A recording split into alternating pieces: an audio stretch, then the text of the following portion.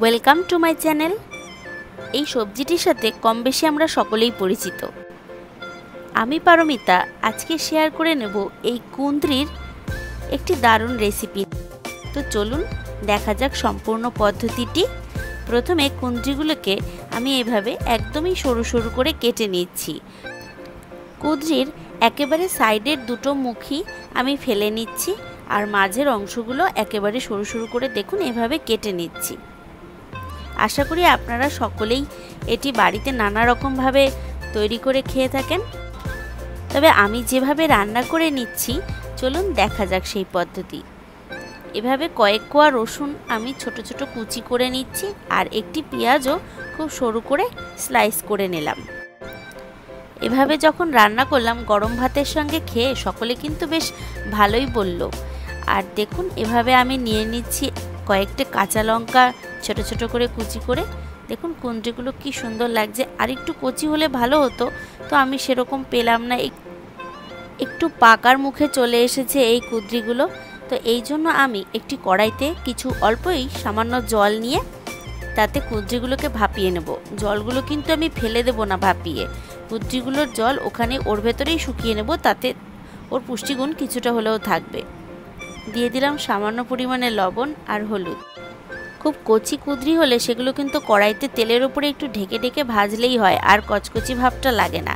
তো এটা যেহেতু একটু প্রায় বাতির দিকে হয়ে যাচ্ছিল, মানে পাকার মুখে একটু বড় হয়ে গেছে, ভেতরটা একটু শক্ত শক্ত, দেখুন বীজগুলো একটু বোঝা যাচ্ছে, খুব একটা শক্ত নয় কিন্তু। তাই জন্য আমি ভাবলাম কি এটাকে একটুখানি এরকমভাবে ভাপিয়েই নিই, তাহলে জলটা এর ভেতরে শুকিয়ে নেব, তাহলে মোটামুটি পুষ্টিগুণ এর ভেতরে থাকবে আর একটু নরমও হবে। দেখুন জলটা পুরো শুকিয়ে গেছে, এরকম একটু কালার চলে এসেছে। যেহেতু হলুদ দিয়েছিলাম তাই জন্য এরকম বেশ ভালোই হয়েছে কালারটা। আমি সাথে নিয়ে নিয়েছি কতগুলো চিংড়ি মাছ, এবং একদম ছোট ছোট স্কোয়ার শেপে একটি আলু আমি কেটে নিয়েছি। যেহেতু চিংড়ি মাছ আছে তাই কড়াইতে তেল গরম হলে তাতে রাঁধুনি ফোড়ন দিয়ে দিলাম, আর চিংড়ি মাছগুলো একদমই ছোট্ট ছোট্ট করে কেটে নিয়েছিলাম সেগুলোকেও ভেজে নিচ্ছি। মোটামুটি লাল হয়ে গেলে তাতে আলুগুলোও একটু ভেজে নিলাম, আর দিয়ে দিলাম রসুন কুচি।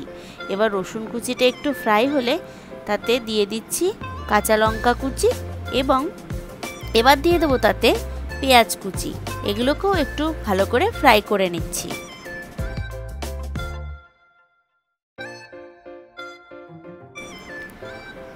এখন অ্যাড করে দিচ্ছি সামান্য জিরে গুঁড়ো, হলুদ গুঁড়ো আর লবণ। এটিকে ভালো করে নাড়িয়ে নেব। যেহেতু জিরে আর হলুদ গুঁড়ো দিয়েছি তাই নিচে অনেক সময় লেগে যাওয়ার চান্স থাকে, তাই জন্য আমি সামান্য জলের ছিটে দিয়ে নিলাম, যদিও আমি আঁচটি লো টু মিডিয়ামেই রেখেছিলাম। এবার ওই সেদ্ধ করে নেওয়া কুঁদরিগুলো এর ভেতরে দিয়ে ভালো করে নাড়িয়ে চাড়িয়ে নিচ্ছি। এখনও আঁচটি কিন্তু আমি মিডিয়াম ফ্লেমেই রেখেছি। যারা আমার চ্যানেলে নতুন আছেন কাইন্ডলি চ্যানেলটাকে একটু সাবস্ক্রাইব করে দেবেন। বেশ কিছুক্ষণ নাড়াচাড়ার পর যখন দেখছি সবজিগুলো একটু মজে এসেছে, তখন তাতে দিয়ে দিচ্ছি ধনেপাতা কুচি আর সামান্য চিনি।